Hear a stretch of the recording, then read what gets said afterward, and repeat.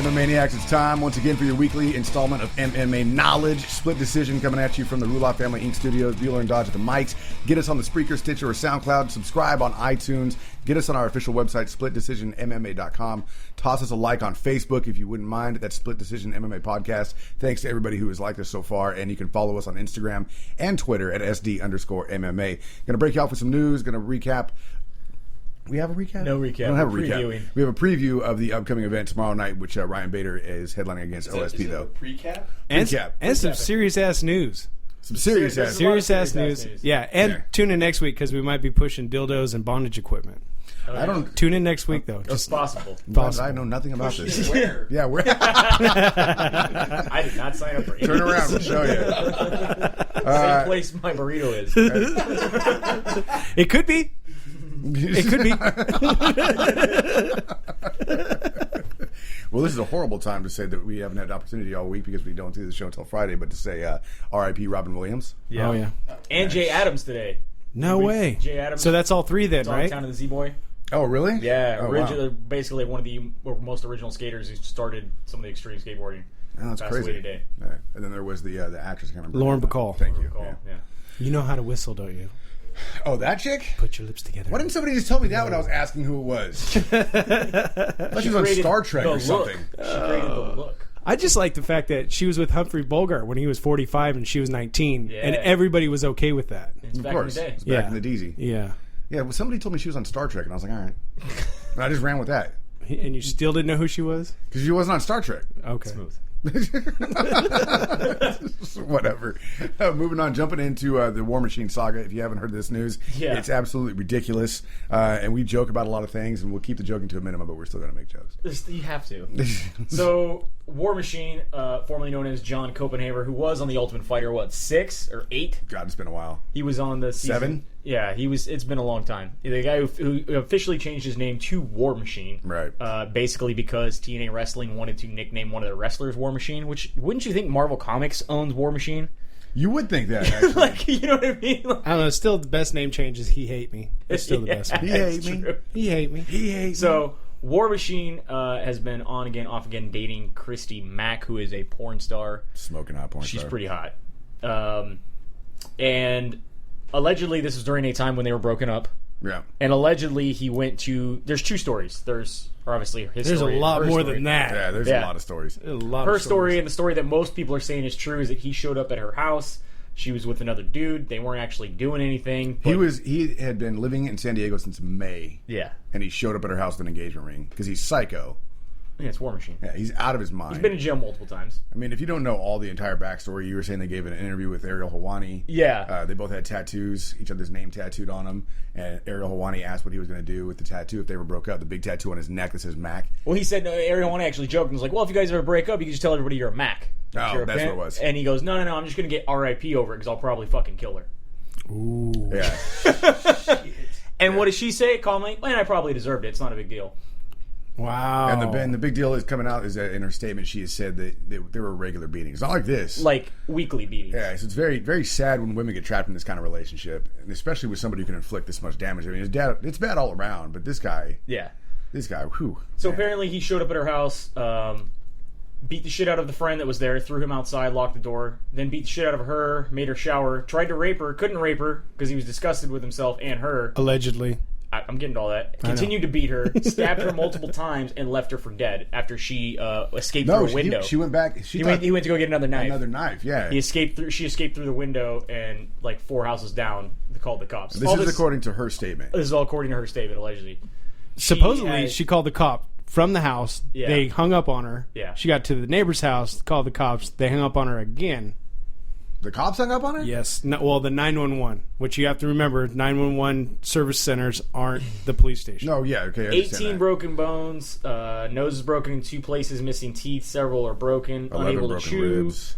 broken ribs, speech is slurred, swelling, fractured ribs, severely ruptured liver due to kicks and stabbings. Jesus Christ. Yeah. There's some pictures that are pretty bad, too. Yeah, I mean, the she's pictures are pretty graphic. It's going to happen to you. Oh, my God. Now, his statement is he went to go propose to her, she was fucking some dude, She's a porn star. She beat Now, the let's not take that angle. But he beat the shit out of the dude and turned to her. She grabbed a knife, threatened him. He defended himself and then ran away. This is why I say that. This is why I say she's a porn star. Because he originally said, you can find this statement somewhere, he was going over there to help her set up for a show. Like a cam show. Right. So the original dude? The original statement that War Machine made a while on his Twitter. He went over there to help her set up for a show. He was going over there expecting to see her bang some dude on cam. Right. Or maybe he thought he was going to be the dude. I guess it's entirely possible, but I'm sorry. It's a little ridiculous. You guys have been broken up since May, and she's a porn star, and you show up and she's having sex with somebody, regardless of if she's having sex with a guy that she's intimate with or having sex with a guy that she's working with. You guys have been broken up for months, and she is an adult film star. So how about you just never put your hands on a fucking woman? Yeah. That is the end all. They are, what they do for a living. Right. That's the end all. That's the end all of statements. That's not even the point that I'm getting. The point that I'm getting at is that there's absolutely no reasonable expectation that she would not be having sex in that scenario because he went over there to set up a show. So his statement is just idiotic. I'm not saying don't put your hands on a woman. I'm saying his statement is full of shit. Yeah. Right. So he is still hiding. He's been tweeting out that he's never hit a woman. Never hit a woman. But like Chris Rock says, I'll damn sure shake the shit out of him. He says, he basically has bad luck, that the truth will come out, and he's still on the run from the cops. Yeah, he has bad luck. Yeah, like she fell while we were fighting. Well, no, he basically says that the cops are not going to give him a fair shake no matter what happens, regardless. Like if he turned himself in. If he would have just stood there and the cops came and arrested him, he's like, there's no way I'd get a fair shake because of her story and how she looks. Maybe she caught him sucking some guy's dick. Hey, in the immortal words of Red from the 70s show, bad shit don't happen to you because of bad luck. Bad shit happens to you because you're a dumbass. Because you make bad luck caused by bad decisions, man. Yeah. I mean, it sucks terribly for Crispy Mac, but I swear to God, dude, War Machine deserves every ass whooping he gets from this point forward. Like, I don't want him to. If he goes to jail, he needs to go somewhere where they do vigilante justice in the prison. Right. He don't need to be separate. What state did this all happen in? Nevada. Ooh, it could be good. Then you got the newest news about this whole thing is Dog the Bounty Hunter is on the tail. He has decided to jump into this. It has made it his mission to. He said he had to wait for all of the paperwork to go through to make it legal because he has to be put on there has to be a bounty out for him basically. And now there's a bounty, he can legally go after him, and he plans to. And he's got friends in the MMA world, so he's been getting help. Oh yeah, his son got his ass kicked in MMA a couple times. I wonder if Padilla from our area is going to be going because he's a bounty hunter and he's pretty big around here. Is he? Yeah. Remember he was going to run for governor. This would be a big prize for a bounty hunter. So I would like to see a huge undertaking on that part. I don't know. I don't want to get into the statements about War Machine's brother and what he said, but if you got a chance, look it up. It's hilarious. So War Machine's brother's defending him then? He's not defending him. He's just saying, you know what I mean? There's two sides to every story. Well, not that, but just the only reason Dog's coming out is because of the publicity of it. Of course. Yeah. And I mean, of course. So he's just saying if he's going to get publicity, then he's going to get his ass beat too. So. Or he just has a really big crush on Dog the Bounty Hunter. Yeah. Yes. That's possible. Yes. It's entirely possible. Because he did put out a Deliverance sequence. I'm just saying. Yeah. So Metamoris 4 happened on the 9th in LA. This was the big Gracie Jiu-Jitsu tournament that they put together where Chael Sonnen was there, competed anyway, and lost. If you can say that. It was pretty quick, wasn't it? Yeah. Yeah.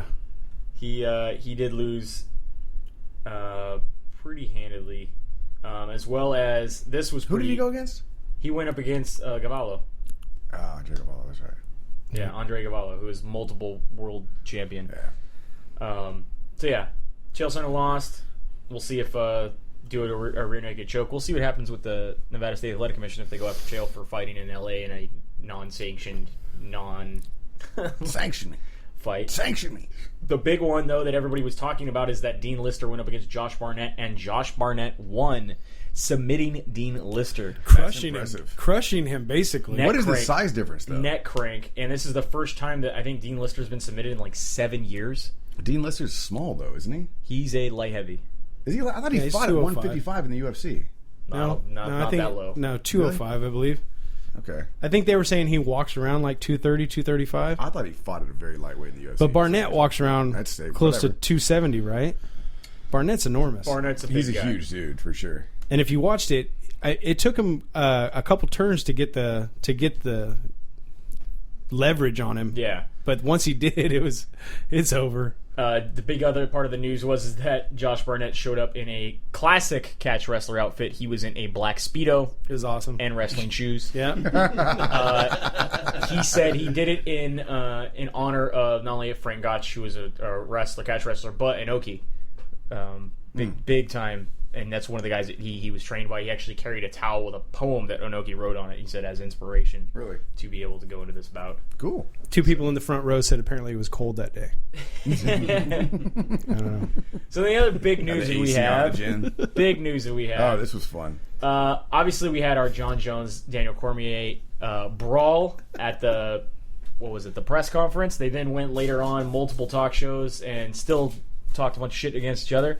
The best part about it was, though, is that ESPN leaked a behind-the-scenes sort of what was supposed to be an off-camera incident, and they just had the camera rolling. Yeah, they forgot to turn the cameras and mics off. Yeah, while they were sitting there waiting before them to go live. See what happens if we leave these on. Yeah, hey guys.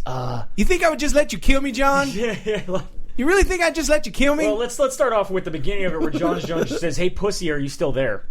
Just flat out. Hey, you want to be Jones and I'll be Cormier? I can do that. Yeah. All right, let's do it. Go Hey, ahead. pussy, you still there? I'm here. You are just the fakest person. I actually admire that you can be this fake. When the TV comes on, you can just change. You're like a chameleon. It's awesome. It's unbelievable. Hey, I'm a professional. The fact that you're a pussy hasn't changed. It's unbelievable how fake you can be. You're such a fucking pussy. My God, it's amazing. But hats off to you. You got a real great PR person to do a great job chaining you, because you are just terrible. You're the fucking scum of the earth. You're like a terrible human being, but you can sure turn it on. Thank you.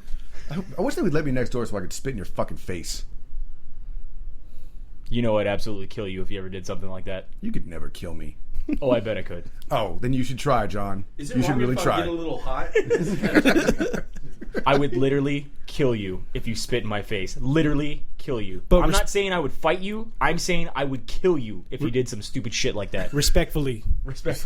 John, do you think that I'm just going to sit there and let you kill me? I mean, really? And scene. I feel that John Jones looked like a fucking idiot as usual, and showed, in my opinion, how fake he is. I mean, I got to give it to Cormier. I mean, he's been calling him fake the whole time. He's like, no, man, I'm good. I don't know why. Which makes more sense because the later ESPN episode that I watched, where he's like, man, you should have seen the shit he was saying while we were off camera. Right. Like, can you believe how fake he? Like, he's so professional right now. You should have seen. And then this comes out, and they're like, wow, he really was an asshole. I just like how it starts. Like, Cormier doesn't even say anything insulting, like super insulting. He just says pussy right away. And I like that he waited. Like, he's like, should I even answer? Yeah, there was that brief second. Yeah, and then he's like, yeah, fuck it. I'll be your Huckleberry. Yeah, John Jones, day by day, looking like more of a fucking idiot. So not only did we have that happen, but then, of course, the injury bug decides to creep his way in onto what was going to be one of the most anticipated bouts of the year. Coming up September, John Jones was rolling with Alistair Overeem working on takedowns. Alistair Overeem we know is like 240, 250. Just say that just never sounds like a good idea. Yeah. John Jones fights 205, usually walks around about 220. Yeah. And rolled onto his ankle and ended up suffering a torn meniscus in his knee and sprained ankle during training. Oh, he actually did tear the meniscus? Yeah. Had to go through surgery. Yep. So this fight has now been rescheduled to January 3rd. And they might give it to Gustafsson. There is a big issue that's happened because of this, and that's that Alexander Gustafsson's camp is not happy with how this whole thing went down. They are basically saying that it's not fair that Gustafsson had to pull out due to injury, so they went with Plan B. They weren't upset about that. But now that John Jones is injured, why does Daniel Cormier still get to fight John Jones in January? Why isn't Gustafsson been given his second chance? Why doesn't Gustafsson fight Cormier? I don't know. That's the fight that's been contracted is that what this is. They're also saying that, it is what it is. Like, you're going to have to wait your shot. So he says, all right, fine, then I'm only going to wait for my title shot. That's the big thing. It's the title shot. I don't want to fight anybody else. And Dana White says, yeah, it's probably not going to happen. You're probably going to have to fight. Right. But his coaches did come out and said that they will only take fights as long as they secure their number one contendership spot. They will only fight number one contenders. They're not going to fight somebody in the mid-range that if they lose, if they win the fight, they're still not going to get a number one contendership spot. Right. So have we confirmed whether they offered him Rumble. No, it's still up in the air. That's what everybody wants to see. That's the only fight everyone's saying makes sense. Everybody wants to see that except for Gustafsson. Everybody's saying that's the fight that makes sense because that's the only number one contender left. I mean, obviously DC's not going to fight him. He's waiting for John Jones. He already has a guaranteed fight as John Jones. And that fight's like, okay, so Cormier got the fight because the contender lost, not the champ. Right. Or got hurt. Right. not the Right. champ. So it's kind of like a bit of a difference when it comes to which role got injured and fell out of the fight, really. Yeah, I do think that Gustafsson's coaches basically said, they don't think it's fair that, he get DC. He's like, who has DC fought? Why does he get to keep his number one contendership status and not us? It's not fair. Everyone wants to see Gustafsson. He'll do much more money, more pay-per-view buys than Jones against DC, which I don't think that's true at all. Not especially not now. Not now. Yeah. I think that DC should keep it because he didn't have to back out of a fight. Exactly. No, that's Period. kind of what I meant. Period. Yeah.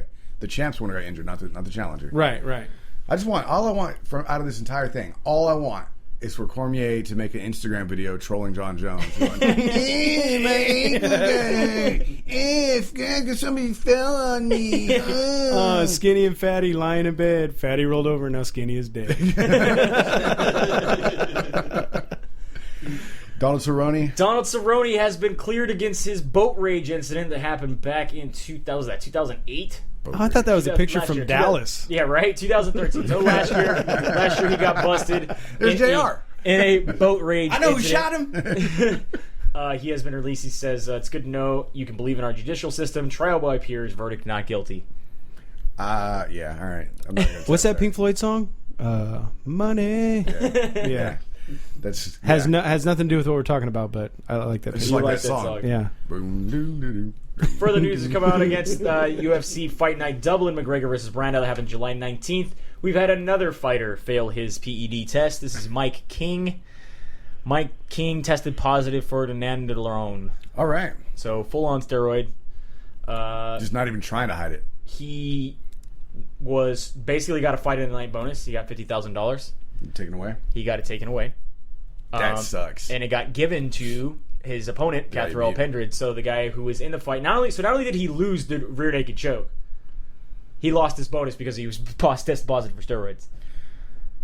He lost two man. rear naked choke? He lost So two what, rear they naked got choke. fight of the night? They both got They got bonus? fight of the night. So the other guy they got both got full- bonus. So now the other guy got $100,000 instead of just $50,000. Dana White took the money from Mike King, which they never actually give them until the test results come back. They just say you're going to Okay, win it. that answers my next question because Yeah. I was gonna be like, "What?" Because I'm telling you I right spent now, it. It's gone. you get me $50,000, I could give you maybe 20 back, maybe 20. I'll give you $250 in the job. Right. Yeah, no, they don't actually give them the money until the test results came back. Test results came back, so they give the full 100 to Catherall Pendred. Catherall Pendred just got a $100,000 bounty on his ass. He said he would be willing. He is actually going to be giving half of it to a charity. Yeah. And my favorite, absolute favorite part is on Twitter. PED equals Pendred enjoying dollars. Yeah. I thought that was clever. Yeah, and I thought then it was he pretty said awesome. something too about it. He goes, "And all you people talking shit, it hurts my feelings all the way to the bank, Yeah. Like- all the way to the bank." So something that Mark Bocek had recently talked about, one of the reasons why he left the UFC. Remember, he just retired recently. We talked about that last week. Right. How excited we were that it was sad to see him go. That we were excited about his fights, and all that kind of stuff. Yeah. The amazing career of Mike Bocek. He said that one of the reasons he left was due to PED testing. He said he didn't think that the testing was fair. He didn't think that it was something that was happening on a regular basis. Now, he's not saying he lost anybody that was on PEDs. He's not saying he's completely getting out of the game because PEDs were running rampant. He does seem to think, though, he believes, and after hearing this statement, I kind of agree, all of the PED testing comes after the event by the UFC. Anytime the UFC has to do it and is regulated, it's always after the event. It's always after the pay-per-view makes its money. Right. That they start putting in the fines right. and Until recently. no, even now. I mean, unless the athletic commissions are the ones that are doing the tests and they're doing the surprise tests ahead of time. We're talking about fights done by the UFC. They don't do them Olympic style. They do them the day of the fight and the night of the fight, or the day before the fight, night of the fight, and a little bit after the fight. And they're basically saying, he's like, yeah, so they're still getting their pay-per-view money. Yeah. They're still having great fights. And then, that guy tested positive. 2 weeks later, we find out that sucks. Well, hey, we make great money on this pay-per-view. Right. Yep. It's smart business. It is, but at the same time, he's saying he thinks it's a little bullshit. And again, at that point, I have to kind of agree with him that they should go with the Olympic-style testing. And just like now, we're finding out fighters are having to get pulled out of fights because they're already testing positive.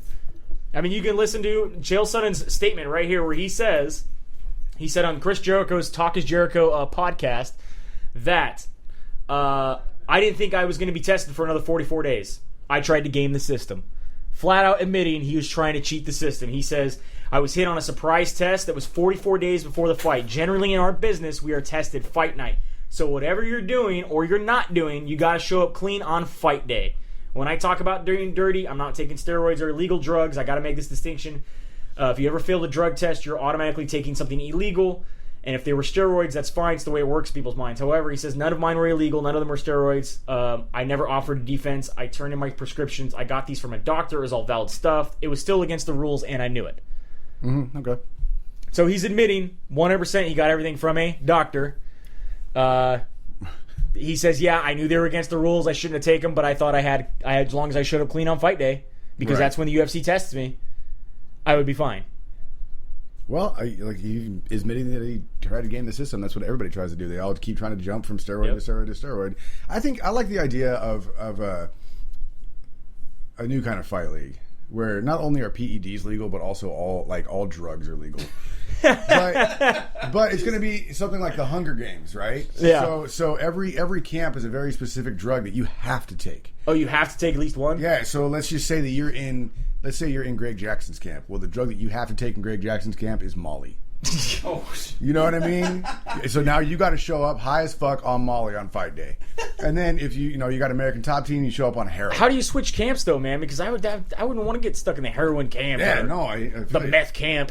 Well, I don't know. I mean, you got. Can I just get stuck on the TRT camp? No. It's all just regular narcotics. You got to go down to Brazil for the TRT camp. So what's Gracie camp? Weed. That'd be weed camp. Yeah, we were saying we were out there. Every camp now. No. That's definitely 10th Planet Jiu-Jitsu camp. I mean, the Diaz brothers might go down there and train, but I don't think all Gracies are going to be weed. Well, Alpha Male, right? Bang's over there. Yeah, Bang's over there. Yeah. He's like that. But now he's left too. He's now Bang Muay Thai system. Well, let's give Alpha Male opium then. They can have opium. Oh, I like dens. I don't know. I think they're good with speed. There's the little guys they're already. Let's get them really ramped up. Get them Coke. The Coca-Cola, the Coca camp. Yeah. All right, I'm at that camp. Where's that? Stop chewing your gums, man. So all PEDs are now legal, and you have to fight for a camp that makes a mandatory drug. Yeah, you have to come high as hell. I don't see this lasting all long. The Coke camp is just all going to be like, they're going to be underweight, you know what I mean? Yeah. Like, all the potheads are all going to be lightweights. You're going to have like an ultra heavyweight. Hi, here's your ultimate coach, Daryl Matuzak. Yeah. Someone's going to show up on fight day from the Coke camp with a machine gun. Okay, all of you, get over there. Say hello to my little friend. This sounds like a great idea. I'm going to write the script. Good luck with that. Another fighter got released by the UFC, but this time he was granted his release. He's been asking for a release. This is Geronimo dos Santos. His last fight was allegedly going to be in 2012 when he was supposed to fight Gonzaga, but he got pulled from that fight because he tested positive for hepatitis B. Ah, okay. Hepatitis B attacks the liver. It is a liver disease. Okay. And do you get Valtrex? He basically had to wait for his viral count to be to 0, which it is. But however, the Nevada State Athletic Commission was saying that no, you have to have 3 negative tests of 0, and they're waiting for the very last one. It's still going to be a few more months, possibly a year, before they can get the results back. Damn. So he's saying, he's like, I'm cleared to fight. I need to get released from the UFC so that I can go fight elsewhere. He already has 4 fights lined up in Brazil. Of course he does. 'Cause they don't care if you have You should go to CSI Las Vegas because they can get results in an hour. Right? Enhance. Yeah. There's Geronimo dos Santos. He's a little It's upset. huge. Yeah, he was fighting in the heavyweight division. Holy shit. I don't remember him at all. Yeah, he didn't get a chance to really fight. Did he ever have a fight in the UFC? No, he was just scheduled to fight, but he got. I just saw the top of his head down here. For some reason, I was thinking he was a little guy. Yeah, and then Boom. Yeah. It's frightening. All right. Yeah. So, but hey, Someone gave him Hep B? he says So bad for that person. he's going to work his way back to the UFC. He's going to prove, obviously, that he's disease-free, and he will be able to work after a few fights down in Brazil. He just needs to be able to start making some money. That's why he asked for his release. The UFC said, fine. Have a nice day. Have a nice day. Enjoy. Let's talk about Barnette real quick. Josh Barnette. Recently, Paul Heyman, in the wrestling world, big friends with Brock Lesnar, has been basically his manager, his best friend for a long time, was recently quoted in saying that he believes at 100% health, no fighter could have ever touched Brock Lesnar in the cage. He said all the times that he fought, he was on not 100% health, even though he did as well as he did. He was always had diverticulitis and was always suffering from it. And you can obviously tell guys who are not doing well health-wise because they lose. And he says basically Cain Velasquez, the first time he fought Junior Dos Santos, when he lost, he wasn't at 100%. He was coming off injury. Junior Dos Santos, the first time he had fought the rematch, he said he wasn't healthy enough, came off and lost. He says it shows that guys that don't fight at 100% health do have an opportunity to lose, more opportunity than ever. So Josh Barnette says, I wouldn't have touched him, I would have crushed him regardless. Isn't this the Hendricks excuse? I was only fighting at 70% with my left arm and 82% with my right. So he was never fighting at 100% because he was always suffering from diverticulitis. Yet he could always perform at 100% when he was in the WWE. Because it's not real. No, that's not what I'm saying. But he could still perform at 100%. He can still and those shows, they're doing how many shows a week? They do, but he also had an exclusive contract with them where he was he only doing less shows. He did half the amount of shows and still got paid as much as guys who were working there full time. Even when he first started? In the WWE. But he could still... No, he got diverticulitis later. It wasn't in the beginning of his career. He still landed moonsaults like no tomorrow. Except for that one he didn't. No, he never landed them. He landed that one where he landed on his neck. Yeah, that was the only one he attempted. You miss 100% of the shots you don't take. And apparently the one you do take, according if you're Lesnar. Big news, Bellator has a women's division again. Okay. They have started the 145-pound division. They've started by signing 2 fighters, Marloes Coenen and Julia Budd. Rumors are that they're signing Gina Carano and Chris Justino, Cyborg, as well. Those aren't 100%. That is alleged and negotiating and rumors and everything. That's Viacom looking at Dana and goes, we just went all in. Yeah. Basically, it's pretty interesting to talk about. And it's smarter than that they didn't try to take a division the UFC already has because they have all the fighters. Yeah. They didn't go in the 115 and they didn't go to 135. My issue is okay, you have 2 women fighters now. 2 in your entire division. And say you get the next 2, which are going to be a big name. You're going to get Gina Carano and Chris Justino. You rematch them. Cool. Now you've done 2 fights. Now what? Then you crisscross the fights. Okay. So you have 3 fights. What's going to happen? You can't take anybody from Invicta because Invicta has the exclusive deal with the UFC where they're airing all of their fights on Fight Pass. So Invicta's not going to give you any fighters. I mean, they may release people, but it's not like they're going to cross-promote like they would have done beforehand with Strikeforce and with, Elite XC and all these other organizations. Now they're in bed with the UFC. They're not going anywhere. How long do you think this lasts? As long as you can find 145-pound fighters. It's not like they're not out there. It's one of the weaker divisions in the women's division. I mean, obviously 135 is the biggest one. 115 they've been talking about is the second biggest one. They're even saying atom weight and straw weight, atom weight is bigger than 145-pound division. Yeah, 115 and 125. When I talked to the guys from King of the Cage, they said that there's an abundant amount of 115 and 125. They should have 135 and 145. It's hard because if they're that heavy, they're usually not fit. They don't have the stamina to fight. And that was his words, not mine. No, I love you, ladies. I don't understand why he didn't go for 125. Yeah, 125 because again, big names: Marloes Coenen, Julia Budd, Gina Carano, and Chris Justino are not going to be fighting 125 pounds. Most of those girls can't even make 135. Most of them they can't even make 145. Most of them fight at 145. Gina had trouble getting to 145. So did Cyborg. Yeah, Justino had trouble getting to 145. So it's going to be interesting. But they're back in Bellator. We'll see what happens. Well, we'll see if Gina Carano and Cyborg actually do sign. Or they're just going to have one fight. Yeah, or they're just going to have one fight. They're just going to have Marloes Coenen against Julia Budd. Or all the 145ers are going to put down their ice cream and go, we have a place to fight now. Let's do some sit-ups. All right. Cerrone versus Green. Yep, big news that came out is now that John Jones, Daniel Cormier will not be fighting at UFC 178, our event that we're going to UFC 177 has lost its We lost co-main the co-main event. event. Co-main event was Demetrius. Mighty Mouse Demetrius Johnson going up against Carrasco. Yeah. Yeah. And that fight is being moved over as the main event for 178. The co-main event now is going to be... Way to go, Jones. Thanks for taking that fight away. Right? Appreciate it. Dick. Right, now we got an okay card. We got an awesome main event. Hands down, awesome main event. But the rest of the card's just okay. great. I'm disappointed. Thanks, Jones. Thanks, John Jones. Now maybe I'll get an Instagram from him going, Hey, well- I took away one of your fights. If it's not that big, maybe you'll get a table. Maybe. Maybe. We'll find out. I kind of just want a chair so I don't have to be pressured to do anything. I don't want to have to look busy. So anyway, the fight now Use that table. at UFC 178 is going to be Donald Cowboy Cerrone going up against Bobby Green. How do you feel about the fight? Well, Bobby Green putting on a clinic Yeah. in his last fight. Cerrone's always exciting to watch, but you said that because Green took this fight, somebody else lost the fight, right? Well, It was never set in stone. it was never apparently. set in stone. It was Masvidal. Bobby Green wanted to fight George Masvidal. And They both said verbally agreed to they it. said okay, that'd Yeah. be a great fight. However, Masvidal also wanted to fight Cerrone. Right. So So now he doesn't get to play at all. he doesn't get to play at all. He's Well, gotta wait. from what I read, it sounds like they're still trying to give him a fight. Oh yeah, they'll still give him a fight. Yeah, and 178 actually. I like that Cerrone's tweet. Here we go. I love this feeling. I was always the kid waiting for the school bell to ring. 3:30 park after school. But it sucks. It's like Donald Cerrone or not Donald Cerrone, but Masvidal introduced his two friends Cerrone and Green together, and they were like, "Cool, well we're gonna go play without you." Yeah. But you have my Game Boy. Shit. Oh man. The last little bit is we have joining Donald Cerrone on who is it? Kevin? Where'd it go? I just had it. It's gone.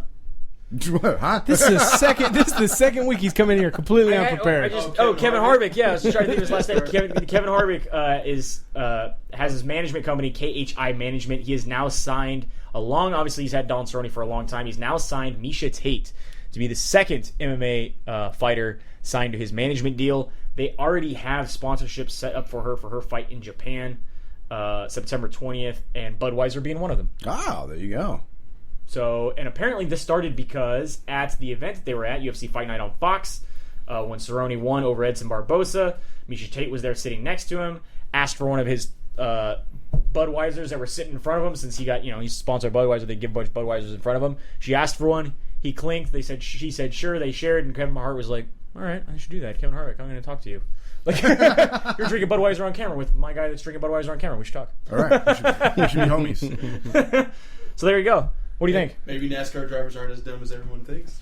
I don't think there's anything to think about. I didn't think that they're not cool. dumb. I just don't think that they're in an actual sport. I don't want to get into the Tony Stewart thing. I don't want to get into the Tony Stewart thing. No. I just don't think it's a sport. I'm not saying it doesn't take skill and talent to do it, And endurance. but They have to work out to do it. So what's next? Maybe- Bowling? that's a Hold on a sport. second. Hold on. Maybe You're not physical. Maybe NASCAR's pushing it, but F1 drivers. What's the one where they sweep have the to- ice? Curling? Curling. Yeah. It's hard, man. Because you got to realize you're in The machine's car for doing about 2 or 3 the machine's hours. doing the work. Oh my god. Okay, so truck driving is a sport? No, not truck. Yeah, but. But okay, what are they so- driving for multiple hours? Good. They are. I'm in No. a sport. It's called custodian. No, it's a sport. A sport. Why? is Because you drive a golf cart? No, because A sport is technically any competition with an undetermined outcome. That's technically what a sport is. Oh, well, fuck. Then air guitaring is a sport. Can be. Can be. Yeah. Monopoly. Yeah. Masturbation is Oh, sport. yeah, they actually have competitive masturbation, right? Who can finish the fastest? They have the big masturbation thing in San Francisco where they set records and stuff, but I don't know if it's competition. I don't know. I mean, maybe they get bored. Do they get ribbons? Yeah. Is it like who could be the most creative? Do they get ribbons or Like, is it like sashes? art? Is it like Pollock who can I create got to call bullshit on the World Masturbation Championships or whatever the hell it is they think they do in San Francisco, because the guy's got to be able to prove that he came however many times or whatever. The chick can just lie. You're just mad because it's invitational only. No, I could totally go through it. He's And like, I never got would. points. I qualify. I got hella points. I log my hours, dude. I log my hours. Last little bit of news before we go on to UFC 47 Fight Night in Maine. First ever Maine card, by the way. Tim Sylvia. not Bangor. happy. In Bangor, yeah. Stephen King will be there Bangor. watching everything. But Tim Sylvia won't. No, we talked about this. Ryan Bader's going to give him a comp ticket. Yeah, I think we need to tweet Tim It's on- Sylvia and it's be on like, the hey, interview. we have it on the record. He will give you a ticket. I thought about that the other day. I was like, I should totally hit him up. Be like, hey, we have him saying he will give you a ticket. Yeah, Ryan Bader said if you're there when he shows up, they'll give you a comp ticket. Last little bit is the UFC is going to be adding a new stat to the tail of the tape. Tail of the tape usually shows nationality, age, height, weight, and reach. They will now be adding leg reach. They're going to be measuring from your heel to your hip. Is that your inseam? I think you have to include flexibility on that. It just seems a little strange. Is it how we measure from the butthole? Or is it I inside? from the bottom of my spine. What are you talking about?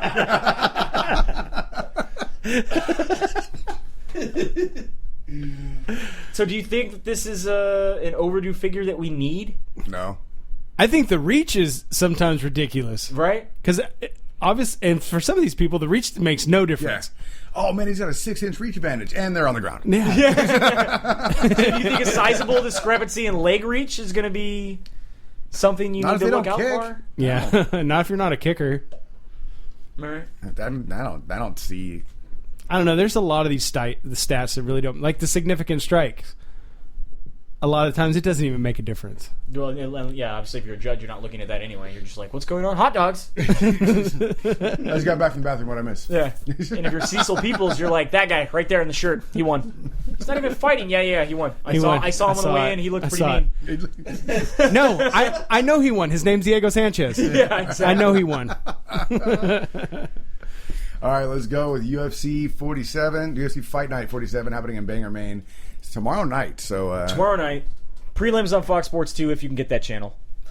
seriously, Does anybody get? Do you get Fox Sports 2? Yeah. the fabled Fox You Sports. have 2. Comcast, huh? DirecTV. Oh, see, there you go. Comcast doesn't have it Why does DirecTV get all the cool channels after I got rid of them? because you got to pay for them.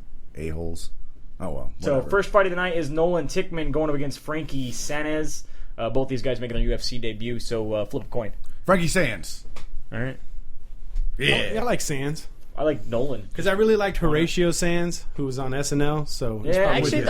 I'll go with Frankie because he's got more experience. Why Okay, not? that'll work. I like that. Tom Watson going up against Sam Alvey. This is Tom Watson's goodbye fight in the UFC. Pretty much, he is 1-3 in the UFC. He's 16-7 overall, but he's 1-3 in the UFC. Sam Alvey is Because he was 20, fighting kindergartners before he got into UFC. 23-5. We're all the same level. 23-5 making his UFC debut. I'm going to be taking Alvey in this fight all Yeah, day. that makes sense. That makes complete The sense. one fight I don't understand how is not on the main card. Why is this buried in the prelims? Sarah McMahon going up against Lauren Murphy. Murphy's the former Invicta 135 champion who just got released from her contract to come fight in the UFC. And Sarah McMahon's last loss was Ronda Rousey.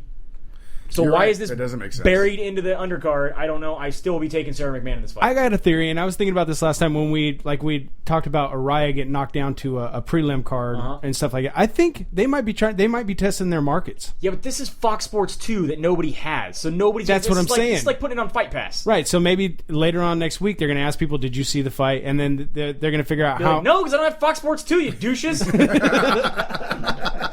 I'd rather pay for Fight Pass and watch it on there because at least I know I could get it. This is aired on Fight Pass, right? No. It's not? Fox Sports 2. Only on Right. Fox Sports? Only on Fox Sports 2. Well, stupid. within an hour of the fight's happening, I think you can go back to Fight Pass and watch the them. prelims. Yeah. No. All right. Juicier Da Silva going up against Zach Mikowski.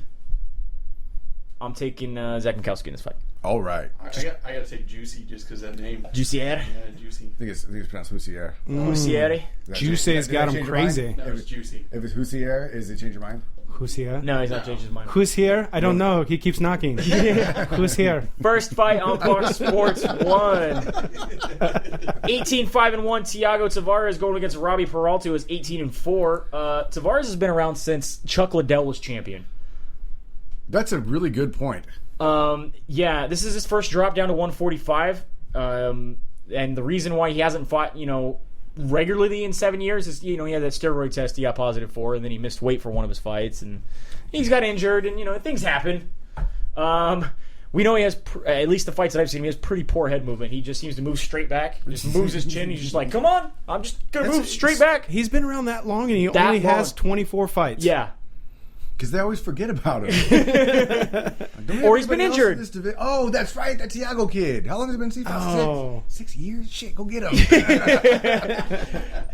He's got a good right hand. His takedowns are all right, but they're not great. But Peralta, man, this guy's got heavy hands. Right. We saw him knock out Honey Jason over in a Tough Brazil, the former competitor for Tough Brazil. And you love Honey Jason. I liked Honey Jason. I thought he was really good. And then when he got knocked the fuck out, it kind of humbled him a little bit. So this is going to hurt with Thiago Tavares' terrible head movement going up against a guy like Robbie Peralta who can knock you out. Yeah, who's got extremely heavy hands. Even though he seems to loop those punches, he throws them so hard. And he's kind of like an old school sprawling brawler. So I kind of like him. All right. So I'm going to go with Robbie Peralta in this fight. It makes sense to me. All right. I mean, the head movement thing is going to be the biggest key here, unless Thiago Tavares can take it to the ground, which I don't really see him wanting to do anyway. No, I don't see that happening. He's not usually that eager to go to the ground. No, he's like, he's very enthusiastic about trying to get it to the ground. His just takedowns aren't good enough to get it to the ground. Right. Like, he tries. Because he only has jiu-jitsu takedowns. They're like the worst takedowns in the world. He's like, I can get it to the ground. Okay, I'm not getting it to the ground. You got a better time trying to get somebody down with like elementary school takedowns when you kick the foot behind the other one. Yeah. I love that. Heavyweight fight, Sean Jordan 15-6 going up against Jack May, who is 7-1. Jordan, we know, is a pretty good striker. Yeah. He does really, really well, except for when he reaches that upper echelon of fighters. He's lost against top competition against Gonzaga and Metrione. Otherwise, he's done pretty decent in the UFC. He's 3-3. He's got good combinations, good low kicks, and timing. May is a kickboxer. He uses his frame where the guy is 6'8".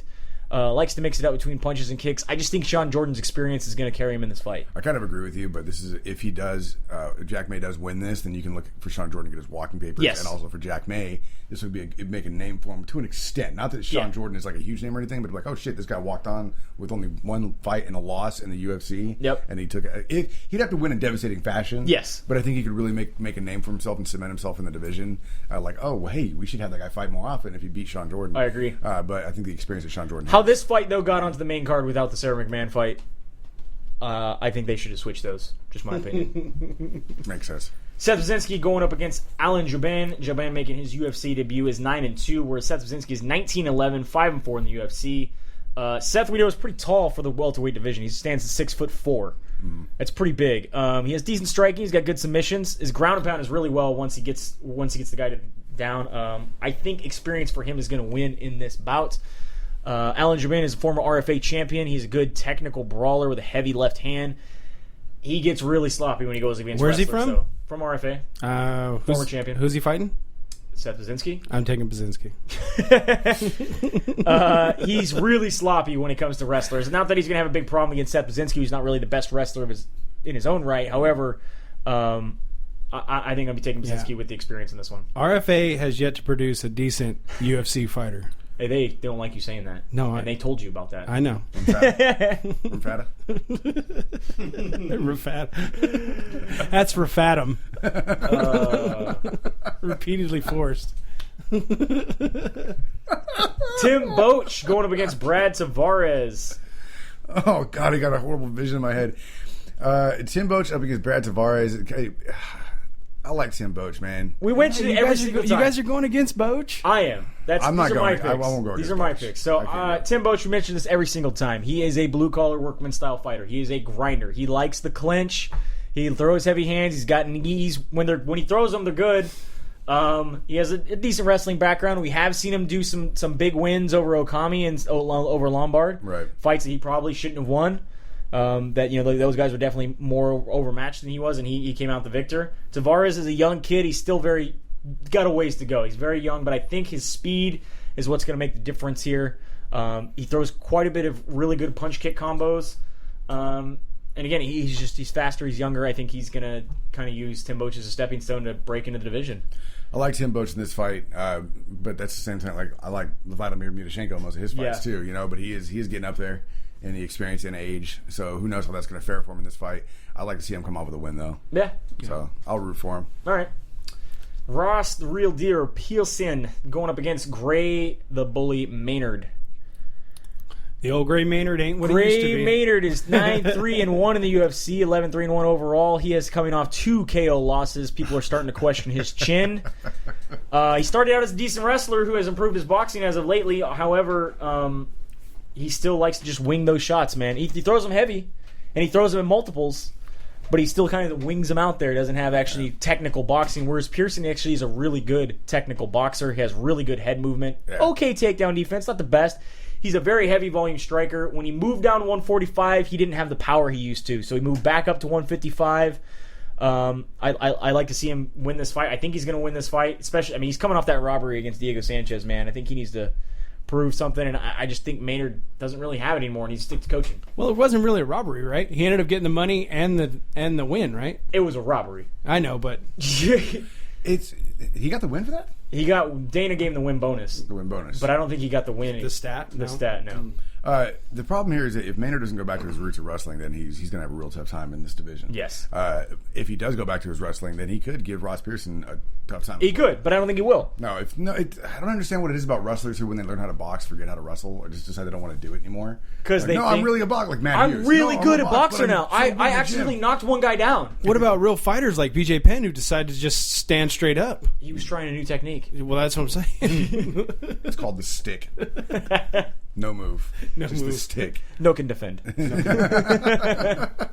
thought if I made myself as thin as possible, I'd miss me every time. Suck in. They can't see me. Light as a feather, stiff as a board. So you taking Ross Pearson? You take Graham Maynard in this fight? I want Ross Pearson in this fight. Yeah, I'll take Pearson. Pearson? Yeah. All right. And then your main event is Ryan Darth Bader going up against Overence St. Peru. Make sure you check out the interview with them as well that we're going to be uploading today. Bader has been the best gatekeeper I think I've ever seen in a long time. He's been in the top 10 since his started in the UFC. Pretty much, yeah. He's never made it past gatekeeper status. He keeps getting really close to getting a number one contendership spot and But he feels like lost. this is his time. Right, and this doesn't mean anything, so I think he's just going to mow through. He thinks this is his time. He is now ready to become a number one contender and champion. In the 200 So how many times do you get a shot in before... the 205-pound division where we have guys like Look at Rumble Bisping. Johnson.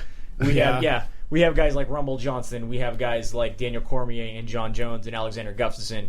Ryan Bader thinks he's got them all. People who will kill you, pussy. Literally. Literally. Respectfully, but literally. Bader's a great wrestler, man. He's got heavy hands. When he uses a heavy wrestling top game to throw down some heavy ground and pound. I think he's going to have the experience edge in this and be able to win this fight. OSP is a decent wrestler in his own hands, in his own right. He's got heavy hands as well. His striking does seem to be a little more technical than Ryan Bader's. Yeah. He switches it up really well and very creatively. He throws his last fight. He threw two leg kicks into a takedown. I've never seen him do a leg kick takedown before. He's crazy. Into a straight up It's crazy. wrestling Right. single leg takedown. That's not something So he is switching it up. So that's pretty cool. I just think that Ryan Bader will use his experience to kind of push through this fight. See, they both He almost had Glover. You got to give him that. Bader almost had Glover. And then he got sloppy and knocked the fuck out. yeah, but this isn't horseshoes, brother. I know. He did almost have Glover, and they both have the same amount of fight experience. But at the same time, Bader doesn't have a chance at like the top 4 people in that division, like at all. At all. No. And I don't think OSP does either right now. No. But I think OSP has more of a future than Bader. We've seen Bader rise and fall so many times. You kind of got to question. Like, I'm glad that he feels so confident. Yeah. And I appreciated the opportunity to interview with him, but I kind of feel like he's going to be at that like. He's going to protect the hell out of that fifth stair. Yeah, that's kind of. You know what I mean? That That's fifth why I step. He is one of the greatest Yeah. gatekeepers in a long time. Kenny Florian. Yeah. Kenny At least Florian. Kenny Florian, though, switched up Some weight people classes just like a multiple step times to above get- them and a step below them, you know? They don't want the flat pedestal. Are you saying Kenny Florian short? I think Kenny Florian might be the greatest gatekeeper of all time because he gate kept in like 3 weight divisions. Yeah. First guy to only fight in 4 weight divisions, actually. Oh, that's right. Yeah. Skinny He started as a middleweight. Ben Stiller looking mother. All right, I guess that wraps it up. You can watch the Ultimate Fight Night. What was it, 47? 47 Maine. Bangor. But look for Tim Sylvia outside the complex that they're doing it at. When they show the aerial views. Holding ice cream. He's jumping hopefully around. for Corona He'll to be show holding the up. whole cake and his old belt. His old belt. It's me! I am Tim I Sylvia. have cake! Look, that's Tim Sylvia and 2 other people. No, that's just Tim Sylvia. Besides it, just Tim Sylvia. That is it. So, yeah, thanks for listening. Big thanks from the Rudolph Family Inc. Studios. Bueller and Dodge signing off. We got the Split Decision page up on Spreaker, Stitcher, and SoundCloud. The official page, Split Decision, MMA.com on Facebook, Split Decision MMA Podcast, and then SD_MMA on Instagram and Twitter. So until next time, have a good night, and we'll see you at the fights.